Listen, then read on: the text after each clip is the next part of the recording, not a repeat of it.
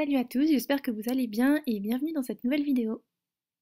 Aujourd'hui, on va parler d'un thème qui vous a beaucoup intéressé sur mon blog et que j'ai vu ressurgir un petit peu sur Twitter avec une infographie que j'ai sous les yeux en ce moment. Et ce thème-là, c'est tous les métiers auxquels on peut accéder quand on a fait des études de pharma. Sur mon blog, je vous avais déjà fait une infographie dans l'article sur les études de pharmacie. Elle est assez complète, on va la détailler juste après, mais si vous voulez la retrouver, je l'ai mis dans le lien qui est dans la description. Ce qu'il faut savoir pour commencer, si vous n'êtes pas déjà au courant, c'est que les études de pharmacie, en fait, il y a deux durées différentes. Soit on fait des études de pharma en 6 ans, soit on peut les faire après en 9 ou même en plus que 9 en fonction des différentes formations qu'on a choisi de suivre. Et en fait, il y a deux filières qui vont correspondre à des choix où les études se font en 6 ans, c'est les filières officine et industrie. Et une filière pour lesquelles les études vont être de 9 ans, c'est la filière qui s'appelle internat. Les choix de filière se font pas tout de suite en deuxième année quand on arrive dans les études, elles se font un petit peu plus tard, donc généralement c'est milieu de la quatrième année. Après c'est toujours bien de savoir ce que vous voulez faire un petit peu avant parce que ça vous permet de choisir des matières ou des formations complémentaires avant la quatrième année, mais qui vous serviront un petit peu plus tard. Pas de panique concernant les choix de filière, c'est pas grave si en arrivant en deuxième année vous ne savez pas ce que vous voulez faire, c'est le cas de la majorité des étudiants. Pendant votre cursus, vous allez justement avoir l'occasion de faire des stages, que ça soit en officine, ça ce sont des stages obligatoires, après vous avez des stages libres que vous pouvez faire en industrie ou ailleurs si ça vous plaît, et qui vont vous permettre de vous orienter et de choisir ce que vous voulez faire, d'accord? En aucun cas les matières au choix ne sont bloquantes concernant vos décisions futures. Vous pouvez choisir même quelque chose qui vous fait plaisir, absolument pas ce que vous voulez faire, il n'y a pas de blocage sur ça pour la suite. Mais par exemple, si quand vous êtes arrivé en études de pharmacie, vous vouliez absolument faire officine et que ça n'a pas changé, au moment de choisir des matières libres, je pense que vous allez plus vous orienter vers du conseil en officine, de la nutrition ou de l'aromathérapie par exemple.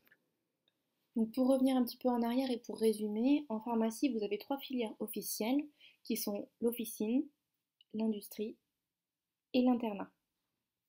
Dans cette vidéo, on ne va pas détailler tous les métiers qui sont offerts par les études de pharmacie, on va les faire en plusieurs parties, plusieurs vidéos, plusieurs parties, comme ça on pourra bien aller dans les détails. Et aujourd'hui, on va plutôt parler des métiers qui sont accessibles par la filière officine et on va dire les à côté de l'officine, vous verrez ça, petit teasing. Pour commencer, quand on part en filière officine, on a la vision du pharmacien communautaire qu'on croise au coin de sa rue, qu'on a déjà vu parce qu'on était malade et qu'on avait une ordonnance. Là, c'est un petit peu plus facile à visualiser. Le pharmacien d'officine, il travaille dans une officine, c'est-à-dire dans une pharmacie au sens classique du terme en fait. Pharmacie de quartier, pharmacie de grande surface, pharmacie dans laquelle n'importe qui peut se rendre et acheter des médicaments. Dans une pharmacie, il y a deux types de pharmaciens, les pharmaciens adjoints et les pharmaciens titulaires. Le pharmacien adjoint, il est salarié par la structure, donc c'est-à-dire qu'il va recevoir un salaire tous les mois fixe, et en contrepartie, donc, il travaille pour la pharmacie, mais cette pharmacie ne lui appartient pas. Le titulaire, quant à lui, il possède la pharmacie, entre guillemets, après on verra les différents types d'associations, mais on va dire que le titulaire, il possède la pharmacie, et donc il travaille dans sa propre structure, et lui, il est considéré comme libéral, même s'il y a des petites nuances, il peut quand même recevoir un salaire tous les mois, mais en fait, il gère la structure. Voilà, ça c'est son rôle, c'est lui qui la possède, et c'est lui qui va organiser un petit peu tout le travail dans cette pharmacie-là. On peut se demander après pourquoi un titulaire aurait intérêt à embaucher d'autres pharmaciens adjoints, sachant qu'il est lui-même pharmacien, et qu'au final ils ont le même diplôme.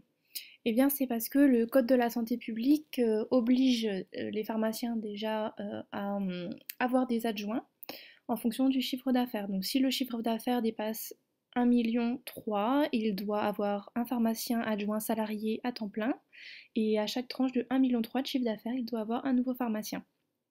Sachant qu'à tout moment dans la pharmacie, il doit y avoir un pharmacien de présent. Ça aussi c'est inscrit dans le Code de la santé publique et c'est une obligation. En prenant par exemple une pharmacie dans laquelle il y aurait un pharmacien titulaire et un pharmacien adjoint, alors à n'importe quel moment, il faut qu'il y ait soit l'un, soit l'autre de présent. Donc admettons que le jeudi soir, l'adjoint il doit aller chercher cet enfant à l'école. Alors ça veut dire que le jeudi soir, le titulaire il doit être présent. Inversement, le samedi, le matin à l'ouverture, à la fermeture, il faut toujours qu'il y ait un des deux pharmaciens qui soit présent dans la pharmacie. Je ne vais pas trop développer, mais en effet, on peut nuancer la notion de titulaire parce que maintenant, c'est quand même assez rare d'avoir une pharmacie avec. Enfin, c'est quand même assez rare. C'est de moins en moins fréquent que dans une pharmacie, il n'y ait qu'un seul titulaire qui possède la totalité de la pharmacie. Il peut y avoir des endroits où il y a deux titulaires, on va dire, donc ça s'appelle deux associés. Soit ils partagent la pharmacie à 50-50, soit on peut avoir des associations à par exemple 30-70 ou 90-10. Il peut y avoir plusieurs pharmaciens qui possèdent la pharmacie. Et il peut y avoir des pharmaciens qui sont minoritaires au niveau des parts et qui ne travaillent pas dans cette pharmacie-là. Il y a une petite nuance à avoir, voilà. Concernant les adjoints, ils peuvent aussi rentrer au capital de l'officine et posséder une petite partie de la pharmacie dans laquelle ils bossent. Ils restent adjoints, mais ils ont des parts dedans. Voilà, ça c'est nouveau, ça fait quelques années que c'est possible, mais en fait voilà, on peut être adjoint et quand même avoir des parts dans la structure dans laquelle on bosse. Enfin bon, tout ça c'est un peu complexe et c'est pas le propos aujourd'hui. Si ça vous intéresse, je vous referai une vidéo où je développerai plus ça.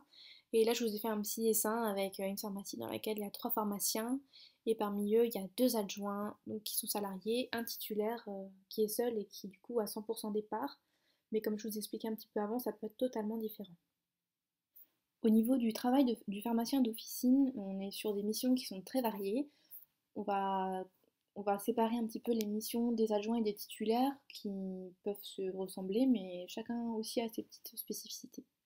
Donc le pharmacien adjoint, c'est le second en fait, c'est le bras droit du titulaire. Comme tous les pharmaciens, ils sont cadres, ils ont aussi un rôle de manager. Et sa mission principale, ça va être de faire en sorte que tout se passe bien dans la pharmacie, que chacun arrive à effectuer ses missions sans qu'il y ait trop de soucis, comme un rôle de manager en fait. La plupart de son temps, il la passe au comptoir, c'est-à-dire qu'il va délivrer les médicaments aux patients, tout en vérifiant bien sûr les conformités des ordonnances, les contre-indications, les associations à déconseiller, donner des conseils, conseiller des produits, mais aussi s'occuper de tout ce qui est problème au niveau du comptoir. Parce que comme vous vous souvenez sûrement, les préparateurs, ils peuvent délivrer, mais c'est toujours sous la responsabilité d'un pharmacien. Donc c'est-à-dire qu'à chaque fois qu'il va y avoir un petit souci, que ça soit une contre-indication, que ça soit quelque chose qu'on n'arrive pas à lire, une posologie qui n'est pas bonne, ou un médicament qu'on ne veut pas avoir, enfin bref. Des petits contretemps divers et variés, à ce moment-là, les préparateurs s'en réfèrent au pharmacien qui est présent. Souvent c'est l'adjoint, comme je dis, parce que c'est souvent l'adjoint qui s'occupe du comptoir. Et du coup, c'est lui qui va devoir décider de ce qu'on fait. Est-ce qu'on appelle le médecin, qu'est-ce qu'on lui propose comme solution, ou alors après d'autres soucis, hein, si on ne sait pas quoi conseiller, si le préparateur ne sait pas quoi conseiller, il demande au pharmacien, oui, qu'est-ce que tu conseillerais à ce moment-là? C'est un enfant, c'est une femme enceinte, il a telle maladie, euh, voilà, qu'est-ce que tu ferais? Donc c'est pour ça qu'il faut être assez attentif au final au comptoir, il faut, quand on est pharmacien adjoint, s'occuper de sa délivrance et aussi avoir l'oreille tendue pour écouter ce que font les autres et quels soucis ils peuvent avoir. Il peut aussi être amené à passer des commandes, donc souvent c'est en quantité moins importante que le titulaire qui s'occupe beaucoup plus de ça, mais passer des commandes au répartiteur 2 fois par jour pour faire un petit réassort, passer un petit peu d'homéopathie aussi, même chose à la demi-journée pour faire du réassort et puis pour commander les produits qui sont promis à des patients qui les attendent. Et ensuite, il va gérer, quand le titulaire n'est pas là, tout ce qui est lié donc à l'ouverture de la pharmacie, donc allumer les postes, mettre de la monnaie dans les caisses, voilà, tout préparer pour qu'on puisse ouvrir. Et puis tout préparer aussi pour qu'on puisse fermer, donc c'est-à-dire faire la caisse, mettre les chèques de côté, enfin tout ce qui est en rapport avec la caisse, vérifier les cartes bancaires, tout éteindre les postes et puis fermer la pharmacie. Et quand on ferme la pharmacie, il faut avoir vérifié que tout ce qui devait être commandé a été commandé, tout ce qui devait être fait a été fait. Est-ce qu'on a bien livré Madame Truc? Est-ce qu'on a bien commandé ça? Est-ce qu'on a bien la monnaie pour demain? Est-ce que j'ai bien déposé les espèces? Enfin, il y a, voilà, toute une sorte de checklist à vérifier, tant au niveau pharmaceutique pur au niveau commerce pour vraiment voilà, clôturer la journée, avoir imprimé tous les documents comptables et pouvoir rentrer chez soi avant de recommencer une nouvelle journée à zéro. Après, encore une fois, il peut s'occuper de plein d'autres choses, ça va dépendre de ce que son titulaire souhaite lui déléguer, mais la plupart du temps, c'était c'est ces missions-là au minimum qui sont proposées aux adjoints. Pour ce qui est du pharmacien titulaire, il s'occupe beaucoup plus de tout ce qui est commande, donc c'est-à-dire qu'il va s'occuper des commandes qui sont, bon, les grossistes aussi à la demi-journée, hein, mais surtout toutes les commandes qui se font au laboratoire directement, parce qu'il y a des remises, il y a plein de choses à négocier, il faut rencontrer les commerciaux aussi des fois quand il veut ouvrir des marchés, donc commencer des nouvelles gammes ou faire des grosses commandes. Donc là, les commandes pour le titulaire, c'est vraiment un poste clé et c'est une mission dans laquelle il va passer énormément de temps.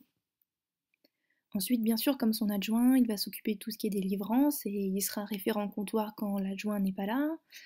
Et aussi, il va pouvoir décider de la marche à suivre dans son officine. Qu'est-ce qu'il a envie de mettre en place? Qu'est-ce qu'il a envie de faire de nouveau? Par exemple, au niveau des achats, il peut décider, voilà, j'ai envie de me lancer dans la micronutrition, j'ai envie de faire une gamme. Donc je rencontre tous les commerciaux de tel labo, de tel machin, on voit ensemble les produits que je peux faire, et puis je passe une commande dans ma pharmacie, je fais une petite place avec un encart, avec ma nouvelle gamme, je communique un petit peu dessus, je fais les prix que je veux. C'est voilà, toute une stratégie en fait commerciale qu'il met en place. Il y a l'exemple aussi de tout ce qui est bilan de médication, vaccination à l'officine. Est-ce que je le fais? Comment je peux le mettre en place? Quels sont les documents à avoir? Quels sont les objets à avoir? Les locaux à avoir? Comment on s'organise aussi pour communiquer sur ça? Ensuite, donc bien sûr, s'il choisit de faire des nouvelles missions, il est toujours accompagné de son adjoint, d'accord? Parce que l'adjoint a le droit de vacciner, de faire aussi des bilans de vaccination. Et ils vont discuter un petit peu ensemble comment on met en place tout ça, même la qualité à l'officine, comment on s'organise, comment on fait. Et après, en fonction, c'est soit le titulaire, soit l'adjoint qui s'en occupe, qui sera le référent numéro un, on va dire, de la mission. Mais le titulaire, voilà, a toujours un petit droit de regard sur comment c'est organisé, parce que c'est son officine. On rajoute aussi à ça tout ce qui est un petit peu logistique, donc il va s'occuper de la croix, de l'entretien des vitrines, de l'entretien des frigos, tout ce qui va être payer les factures, payer l'électricité, payer l'eau. Parce que vu que c'est le manager, vraiment le chef, il va aussi s'occuper donner les congés à son équipe, organiser les plannings, que ce soit quand quelqu'un est malade, ou réorganiser des plannings, appeler le comptable pour des questions diverses et variées, quand il y a quelqu'un qui est en arrêt maladie, quelqu'un qui est en arrêt maternité, comment on fait, est-ce que je les remplace, est-ce que je ne les remplace pas, demander les payes, et puis payer ses salariés. Bon, vu que je vois que la vidéo commence déjà à être un petit peu longue, je pense que ça sera suffisant pour aujourd'hui, on va s'arrêter là. Je vous ferai d'autres vidéos sur les filières industrie, internat, j'en ferai aussi une ou deux, parce que même trois, parce qu'il y a plusieurs filières, donc il y aura plusieurs petits trucs à développer. Et puis finalement, les à côté de l'officine, je ferai une vidéo aussi spéciale sur ça, parce qu'en fait, il y a tellement d'autres métiers qu'on peut faire avec une formation d'officinal que je préfère vraiment bien les développer dans une prochaine vidéo. Donc n'hésitez pas à vous abonner. Je vous mettrai un petit encart à droite à gauche ou quelque part, un pouce bleu ou un petit commentaire pour me dire quelle filière vous avez décidé de faire. Et j'espère qu'on se retrouvera bientôt sur ma chaîne ou sur mon blog. Salut!